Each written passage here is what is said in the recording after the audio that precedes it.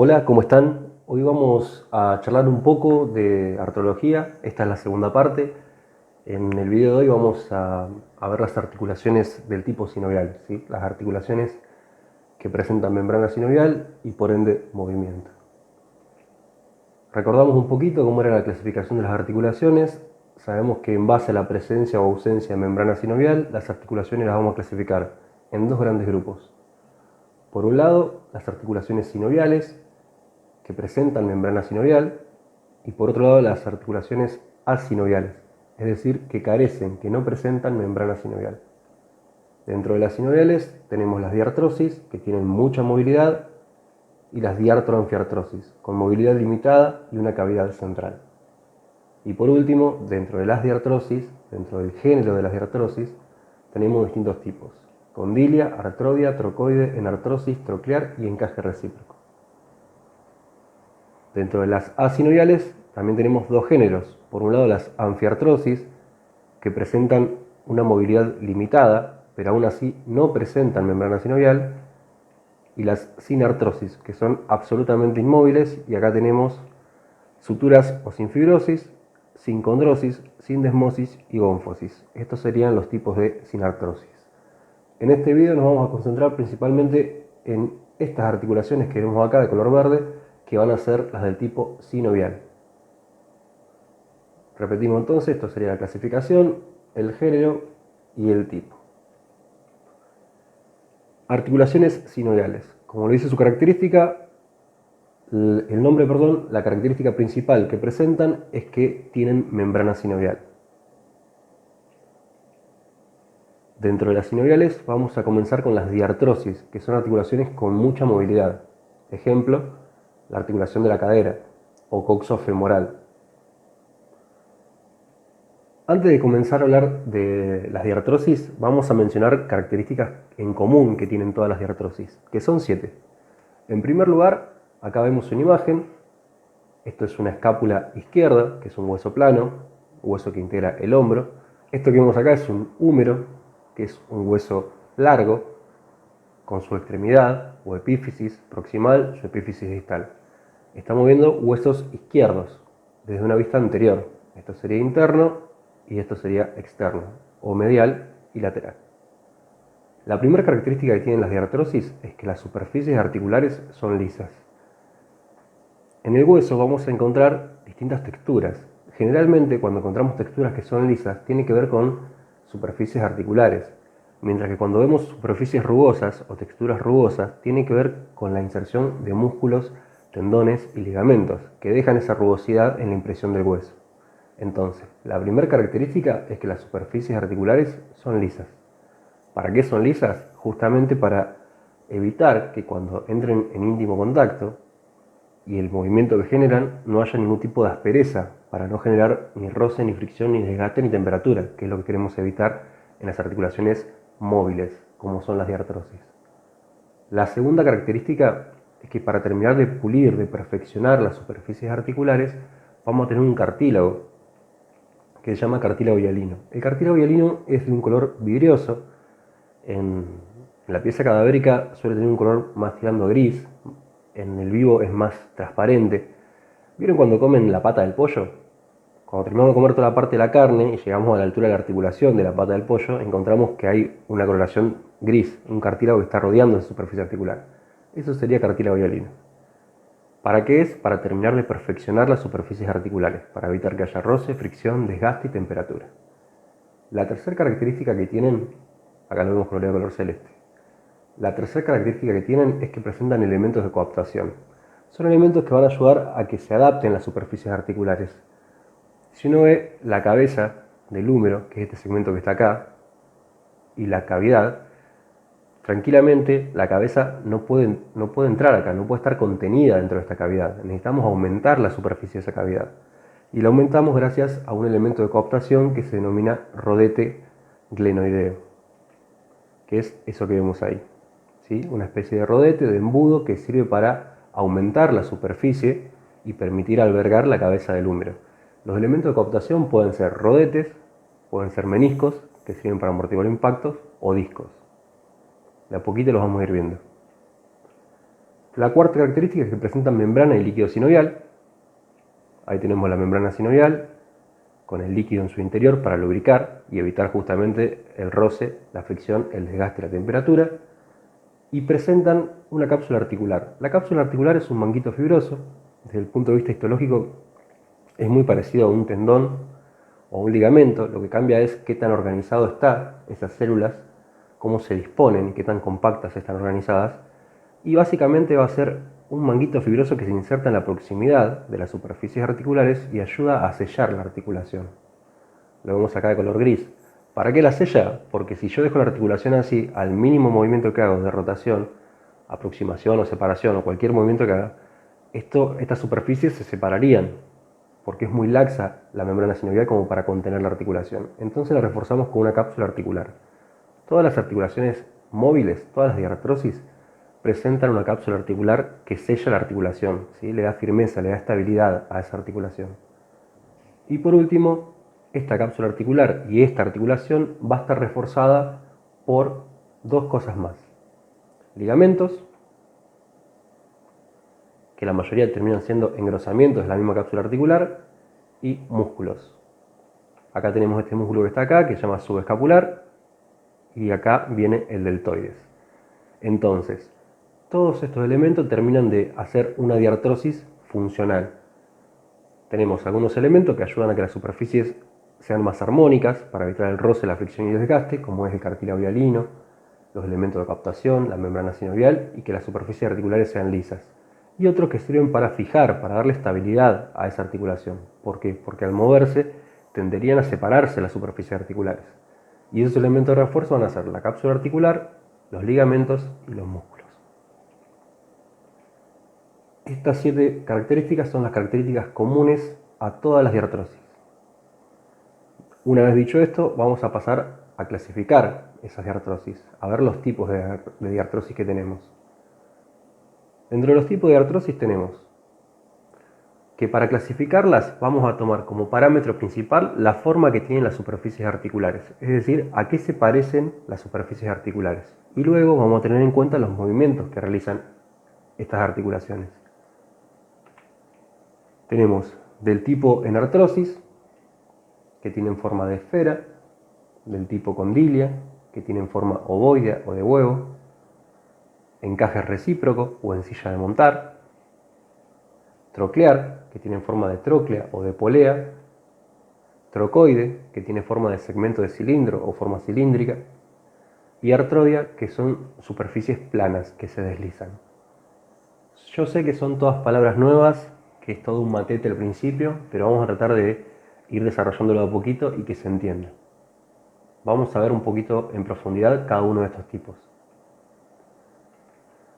Para eso vamos a valernos de una herramienta que es bastante usual utilizarla en anatomía, que son las reglas mnemotécnicas. Una regla mnemotécnica es una palabrita, una palabra que nos ayuda a memorizar una clasificación, un orden, un patrón o lo que sea. La regla mnemotécnica que vamos a utilizar para el tipo de diartrosis o para los tipos de diartrosis va a ser catéter. ¿Por qué catéter? Por esto. Si yo ordeno la palabra catéter, me dicen los tipos de diartrosis o con qué letra arranca cada tipo de diartrosis. La C de condilia, que tiene forma ovoidea. La A de artrodia, que tiene forma de superficies planas, ¿sí? Las superficies articulares son planas. La T, la primera T va a ser de trocoide, que tiene forma de cilindro. La E de enartrosis, que tiene forma de esfera. La T de troclear, que tiene forma de tróclea o de polea. Y ER de encaje recíproco, ¿sí? Entonces, cuando queremos memorizar los tipos de artrosis, una ayudita que podemos utilizar es recordar la palabra catéter, ¿sí? Y cada letra de la palabra catéter nos va a orientar a uno de los tipos de diartrosis. Vamos desarrollando una por una de a poquito. Usamos nuestra regla mnemotécnica, que dijimos que era catéter, y vamos a empezar por la C. C de condilia. Las articulaciones condilias, como bien dijimos, la particularidad que tiene es que las superficies articulares tienen forma de huevo o forma elíptica, ¿sí? Tienen una forma ovoidea. Huevo, básicamente. Los movimientos que permite son la flexión, la extensión, la aducción, la abducción y la circunducción. Flexión y extensión, más o menos nos hacemos una idea de qué significa. Abducción y aducción es la aproximación y la separación. Y la circunducción es un movimiento en particular donde se suman varios movimientos espaciales. Los únicos movimientos que no puede hacer la articulación condilia son movimientos de lateralidad y de rotación. Los ejemplos típicos de articulación condilia va a ser la articulación temporomandibular, o abreviada ATM. Acá tenemos una vista lateral de una cabeza ósea, acá vemos una porción del cuello, y esto que vemos acá, este hueso es el maxilar inferior. Esta superficie articular que tiene forma de huevo va a ser el cóndilo del maxilar inferior, y este hueso que vemos acá es el hueso temporal, y esta superficie que estoy marcando acá va a ser el cóndilo del temporal. Así se constituiría la articulación temporomandibular. Si los coloreamos, tenemos acá los dos cóndilos, el cóndilo del maxilar inferior y el cóndilo del temporal. Entonces repetimos, articulación condilia, tienen forma de huevo, forma ovoidea, realizan distintos movimientos como la flexión, la extensión, la aproximación y la separación, o aducción y abducción, como quieran decirle, y la circunducción. Lo que no puede hacer son movimientos de lateralidad y de rotación. Algunos autores hablan de subtipos de condilia. Esos subtipos pueden ser bicondilia y doble condilia. ¿De qué se trata esto? De lo siguiente. Se le suele decir bicondilia cuando los cóndilos están en superficies articulares opuestas. Acá vemos, esto sería un hueso y este sería otro. Ejemplo, la que vimos recién, la articulación temporomandibular. Este sería el cóndilo del maxilar inferior o mandíbula y este sería el cóndilo del hueso temporal. Acá se denomina bicondilia. Cuando los cóndilos están en la misma superficie articular, como es el caso de la rodilla, que están en el mismo hueso, esto podría ser una tibia y esto podría ser un fémur, se denomina doble condilia. Siguiendo con la regla mnemotécnica y los tipos de artrosis, vamos a seguir con la A, catéter A de artrodias. Las artrodias, como dijimos, la forma de las superficies articulares son planas y el único movimiento que permite hacer es deslizamiento. Por ejemplo, deslizamiento, como es este juego que se llama tejo de mesa, ¿sí? Que se trata en golpear con estas manoplas este disco que se va deslizando y colocarlo dentro de cada uno de los arcos, o esquiar, ¿sí? Como los esquíes se deslizan sobre la nieve. El movimiento que hacen es mínimo, no es que se deslizan demasiado, pero hacen un leve movimiento de deslizamiento entre las superficies articulares. El ejemplo típico son las articulaciones intercarpianas. Los huesos del carpo, que son estos huesos que están acá, estos 8 huesos, entre sí forman artrodias. Son articulaciones que tienen movilidad y las superficies articulares son planas, se van deslizando de a poquito. Esto sería una muñeca, este sería el hueso radio, este sería el cúbito, estos serían los huesos de la muñeca, ¿sí? Está moviendo la mano izquierda. Este sería el primer metacarpiano, el segundo, el tercero, el cuarto y el quinto. Recuerden que al momento de ordenar los metacarpianos y los metatarsianos y los dedos, tomamos como primer dedo al dedo grueso, al dedo gordo, segundo el índice, tercero el medio, cuarto el anular y quinto el meñique, ¿sí? Primero, segundo, tercero, cuarto y quinto. Esta es una mano izquierda. Esto va a ser el radio, esto va a ser el cúbito, los huesos del carpo, primer metacarpiano, segundo metacarpiano, tercer metacarpiano, cuarto y quinto. Una mano izquierda. Y acá vemos coloreadas las superficies articulares lisas de los huesos del carpo, que son artrodias y se deslizan, ¿sí? Superficies articulares planas que hacen movimiento de deslizamiento. Siguiendo con nuestra regla mnemotécnica, que era catéter, ya hablamos de la C, de la A, nos toca hablar de la T. La primer T era de trocoide. La forma de las articulaciones trocoides es de un segmento de cilindro o de un cilindro, como vemos acá en esta imagen. Un ejemplo de cilindro puede ser un rollo de cocina, un rollo de papel higiénico. Y el movimiento que hacen es de rotación, es el único movimiento que pueden hacer. Es decir, este cilindro va a ir girando, ¿sí? Como siguiendo el orden de la bolita, va a ir haciendo una rotación. El ejemplo típico es la radio cubital. Si vemos esta imagen, acá tenemos este hueso que está acá, que es el húmero, es la epífisis o la extremidad distal del húmero. Este hueso que está acá es el cúbito y este hueso que está acá es el radio. Es una articulación del codo derecha. Y vemos como la cabeza del radio tiene forma de segmento de cilindro. Lo coloreamos y eso que vemos acá sí es la cabeza del radio. El único movimiento que permite hacer es la rotación. Esta es la rotación que nos permite hacer el movimiento de supinación y pronación que charlamos en la primera clase cuando hablamos de generalidades y de posición anatómica, ¿sí? El radio va a rotar centrado en un eje aferrado al cúbito, ¿sí? En contacto, articulándose con este hueso que es el cúbito. Siguiendo con nuestra regla mnemotécnica, ya dijimos la C, la A, la T, nos corresponde la E. La E es de enartrosis. Las enartrosis se caracterizan porque las superficies articulares tienen forma de esfera, forma esferoidal, o de pelota, podemos decirle de playa, ¿sí? Para usarlo de ejemplo, no vamos a decir en el momento del parcial tienen forma de pelota, ¿no? Pero como ejemplo pedagógico nos sirve en este momento. Los movimientos que permiten una enartrosis son absolutamente todos los movimientos. Puede ser flexión, extensión, rotación, aproximación y separación y circunducción. Los ejemplos que tenemos son esta articulación que ya la vimos varias veces. Esto es una cápula, esto es un húmero, es una articulación del hombro derecha, la escápula humeral, y esta articulación también la hemos visto en algunos videos, que va a ser el hueso coxal y el fémur, la articulación de la cadera. Y vemos cómo las superficies articulares, la cabeza del húmero y la cabeza del fémur, tienen forma de segmentos de esfera. No son una esfera completa, pero más o menos se aproximan. Se dice que la articulación coxofemoral, la cabeza del fémur, son 2/3 de una esfera y la cabeza del húmero es 1/3 de una esfera. Bien, siguiendo con nuestra regla mnemotécnica, ya hablamos de las condilias, las artrodias, las trocoides, las enartrosis. Nos queda la otra T, que era de trocleares.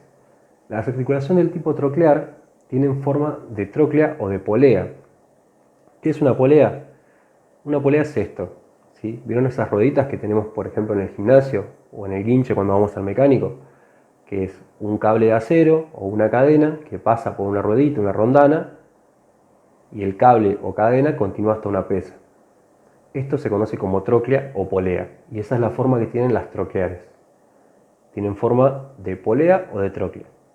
Y el movimiento que permiten por excelencia es la flexión y la extensión. Hacen un movimiento parecido a una bisagra, ¿sí? Como las bisagras de las puertas. El ejemplo típico que podemos mencionar acá es la húmero cubital. Si vemos esta imagen de acá, tenemos este hueso que es el húmero en su epífisis o extremidad distal. Este hueso que está acá es el cúbito y vemos como este segmento de acá, que se denomina tróclea humeral, tiene forma de polea. En este momento, en la articulación del codo en la imagen, está en flexión. En extensión, esto giraría y se colocaría acá. Repetimos. Troclear. Las superficies articulares tienen forma de tróclea o de polea. El movimiento que realizan es flexión y extensión y el ejemplo típico es la húmero cubital. Y por último, de acuerdo a nuestra regla mnemotécnica, nos corresponde ER. ER era de encaje recíproco o en forma de silla de montar. La particularidad que tiene es que justamente las superficies articulares tienen forma de silla de montar. Acá vemos el esquemita del encaje recíproco y acá tenemos una montura. Cuando yo veo la montura, si la veo lateralmente, veo que presenta una concavidad de este lado. Pero si la veo en el eje opuesto, veo que de este lado tiene una convexidad. Los movimientos que permiten son movimientos antero-posterior y lateromedial, es decir, biaxial, se mueven dos ejes. Más fácil con estas imágenes. Acá tenemos dos imágenes y son los movimientos que uno puede hacer cuando se encuentra arriba de un caballo. Cuando uno se coloca por encima de la montura, desde el caballo uno puede hacer dos movimientos. Un movimiento lateral, como marca la bola, ¿sí? O un movimiento antero-posterior, para adelante y para atrás. Esos son los movimientos que permiten las articulaciones de encaje recíproco, movimientos biaxiales. Se suele preguntar bastante por este ejemplo puntual, que es la articulación del trapecio con el primer metacarpiano. Vemos esta imagen, estamos viendo una mano derecha, este es el primer metacarpiano, el segundo, el tercero, el cuarto y el quinto. Recuerden que comenzamos a enumerarlos a partir del dedo grueso, el dedo gordo, y este hueso que está acá es el trapecio. Si lo coloreamos, ese sería el trapecio y este sería el primer metacarpiano. Eso que se forma ahí es una articulación en forma de encaje recíproco de silla de montar. Si lo ampliamos y lo vemos en grande, esto sería el hueso trapecio y esto sería el primer metacarpiano. Y vemos la forma que tiene, que se parece, con amor y con cariño, a una silla de montar. Y permite esos dos movimientos, en sentido antero-posterior y en sentido látero-medial. Se suele preguntar bastante, porque la teoría de la evolución dice que una de las características que nos permitió a los seres humanos evolucionar tiene que ver con esta articulación. ¿Por qué? Porque antiguamente, o nuestros antepasados, el único movimiento que podían realizar con los 5 dedos era la flexión y la extensión. Al desarrollarse este tipo de articulación nos permite oponer el pulgar, es decir, el pulgar se puede cruzar de punta a punta de la mano y nos permite hacer un movimiento muy particular que es el movimiento de pinza. Ese movimiento de pinza o de agarre es lo que nos permite manipular herramientas y así modificar el entorno. Traten de imaginarse, o si están en sus casas, de no utilizar el pulgar, el dedo gordo de la mano, para agarrar algo. Una lapicera, una pinza, un utensilio, un cuchillo, lo que ustedes quieran. Vean que es muy difícil poder maniobrar sin la ayuda del pulgar. Entonces se suele preguntar bastante este tipo de articulación. Ejemplo de encaje recíproco, el trapecio, que es este huesito de acá, con el primer metacarpiano. Movimientos que hace son dos: antero-posterior y lateromedial, o movimientos biaxiales, en dos sentidos de los ejes. Y hasta acá estamos con el tipo de diartrosis. Sé que son un montón de palabras nuevas, que cuesta memorizarlas, pero veamos si, repitiendo varias veces el video y con la ayuda de esta regla mnemotécnica, podemos encontrar la vuelta. Catéter. C de condilia, A de artrodia, T de trocoide, E de enartrosis, T de troclear, ER de encaje recíproco. Una articulación que genera mucho debate es la rodilla. ¿Por qué la rodilla genera tanto debate?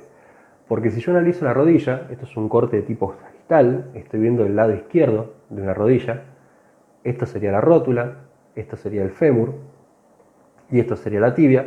Acá tenemos los meniscos, que son otro elemento de cooptación. Vemos que la forma que tiene el fémur tiene forma de cóndilo, tiene forma ovoidea. De hecho se llaman cóndilos este segmento del fémur. Sin embargo, el único movimiento que nos permite hacer la rodilla es flexión y extensión. Entonces, la denominación correcta de la articulación de la rodilla sería la siguiente. Desde el punto de vista de la morfología, de la forma que tiene la rodilla, va a ser una articulación condilia. Morfológicamente es condilia, pero desde el punto de vista de la función, ¿sí?, del movimiento que nos permite realizar, va a ser troclear, porque el único movimiento que nos permite hacer la articulación de la rodilla va a ser flexión y extensión. Entonces, si nos preguntan qué tipo de articulación es la rodilla, decimos morfológicamente es condilia, funcionalmente va a ser troclear. Acá tenemos coloreados los huesos, este dijimos que era el fémur, la tibia y la rótula. Repasamos entonces hasta acá lo que venimos viendo. Articulaciones, dijimos que teníamos dos grandes grupos: articulaciones sinoviales y articulaciones asinoviales. Dentro de las sinoviales teníamos las diartrosis, que son las articulaciones que estuvimos viendo hasta recién en el video, y las anfiartrosis. Dentro de las diartrosis teníamos 6 tipos distintos, que la regla mnemotécnica era catéter, condilias, artrodias, trocoides, enartrosis, trocleares y encaje recíproco. Y dentro de las sinoviales teníamos anfiartrosis, sinartrosis, y dentro del tipo de la sinartrosis, suturas, sincondrosis, sindesmosis o onfosis. En este video solamente vamos a ver estas articulaciones que están acá, las articulaciones sinoviales. Ya hablamos de todas estas, de las diartrosis, nos queda hablar de las diartroanfiartrosis. Y acá me detengo un segundo. Esto varía mucho de acuerdo al libro que ustedes lean y la clasificación que ustedes adopten. Hay un gran debate en relación a las diartroanfiartrosis y las anfiartrosis. Algunos autores hablan de anfiartrosis típicas a las anfiartrosis, y a las diartroanfiartrosis le dicen anfiartrosis atípicas. ¿Por qué atípicas? Porque presentan movimiento, una membrana sinovial, cartílago hialino y una cavidad. Como presentan membrana sinovial, estarían dentro de esta clasificación y no dentro de esta. Pero bueno, dejo esta aclaración por si hay en algún momento anfiartrosis típicas y atípicas. Las atípicas serían las diartroanfiartrosis. Vamos a ver un poco qué tienen de particularidad o de particular o de atípico las diartroanfiartrosis. Repetimos esta partecita, esto sería la clasificación, esto sería el género y esto sería el tipo. Recuerden que cuando hablamos de una articulación tenemos que nombrar nombre y apellido, todo completo. Si les preguntan la articulación de la cadera, contestamos, es una articulación sinovial, del género de las diartrosis, del tipo de las enartrosis. Y así con cada articulación. Vamos a meterle a las diartroanfiartrosis. Son articulaciones sinoviales porque presentan membrana sinovial, precaria, rudimentaria, pero la presentan. Y tiene algunas particularidades. Ejemplo típico de la diartroanfiartrosis, la sínfisis del pubis. Acá tenemos la imagen de la sínfisis del pubis. Esto sería un pubis derecho, el pubis izquierdo, el disco interóseo, el cartílago interóseo, y vemos que hay una cavidad en el medio. La particularidad que presenta es que, como todas las diartrosis, también presenta cartílago hialino, ¿sí? También muy precario, muy rudimentario, pero hay cartílago hialino en las superficies articulares para terminar de perfeccionar y que no haya roce, fricción ni desgaste, ni temperatura al momento de ejercer los movimientos. Y dentro de este cartílago que está acá, dentro de este cartílago interóseo, vamos a encontrar una cavidad. Ahí lo coloreamos de color celeste, medio gris, el disco interóseo, y en el medio una cavidad. ¿Qué es la particularidad que tiene la sínfisis del pubis? O también se suele preguntar. La sínfisis del pubis varía mucho durante el embarazo. ¿Por qué varía durante el embarazo? Por acción hormonal, cuando se empieza a acercar, a aproximar la fecha estimada de parto, se empieza a generar esta cavidad, se empieza a llenar de líquido, ¿sí? Se empieza a llenar de líquido, lo que hace que el disco en sí se vuelva mucho más laxo. ¿Para qué? Para permitir que haya un movimiento mayor, que esto que está acá abajo, que va a ser el estrecho inferior de la pelvis, se puedan abrir, se puedan separar los dos pubis para que se produzca la coronación y el parto salga lo mejor posible. Aumentar el diámetro del canal de parto se produce gracias a que se separan los dos pubis. Esto se produce, como dijimos, cuando la cavidad aumenta de tamaño porque se empieza a llenar de líquido y el disco se vuelve mucho más laxo. Entonces, la cavidad aumenta de tamaño porque se llena de este líquido, se vuelve mucho más acuoso y se produce el movimiento de separación de los dos pubis para permitir justamente el paso del niño por nacer, ¿sí? Entonces repetimos el movimiento, aumenta la concentración de líquido dentro de esa cavidad y permite justamente que el grado de separación sea aún mayor. ¿Para qué? Para aumentar el diámetro del canal de parto. Es una particularidad que tiene esta diartroanfiartrosis, que es la sínfisis del pubis durante el embarazo. Otro tipo de diartroanfiartrosis va a ser la articulación entre el manubrio y el cuerpo del esternón. También presenta una cavidad, la única diferencia es que en lugar de ser central esa cavidad es un poco superior, o la mayoría de las veces es superior. Este es un tema recontra debatido, si se ponen a buscar van a ver que hay distintas teorías, hay trabajos de presentación en congresos justamente analizando estas articulaciones, hay trabajos de histología analizando la presencia de cartílago hialino, la presencia de esta cavidad. Yo prefiero utilizar esta clasificación porque es la que utiliza Testut, ¿sí? Testut nombra las diartroanfiartrosis como articulaciones con una sinovial precaria, rudimentaria, que presentan cartílago hialino y una cavidad central. Pero bueno, hasta acá estamos con este video. Es un video que lo van a tener que ver varias veces porque son temas complicados, son todas palabras nuevas, palabras difíciles que nos cuesta al principio, pero bueno, a ver si con esta regla mnemotécnica y viendo el video varias veces le podemos encontrar la vuelta. Por último les dejo una frase de Claude Bernard, que es un fisiólogo, un médico francés, que dice: curar a veces, aliviar a menudo, consolar siempre. El primer acto de cualquier persona que integre el equipo de salud ante un paciente es el consuelo y la compasión, que es compartir la soledad y el padecimiento del paciente. Y por último, información de contacto, ante cualquier duda, no tengan miedo, escriban y consulten. Muchas gracias.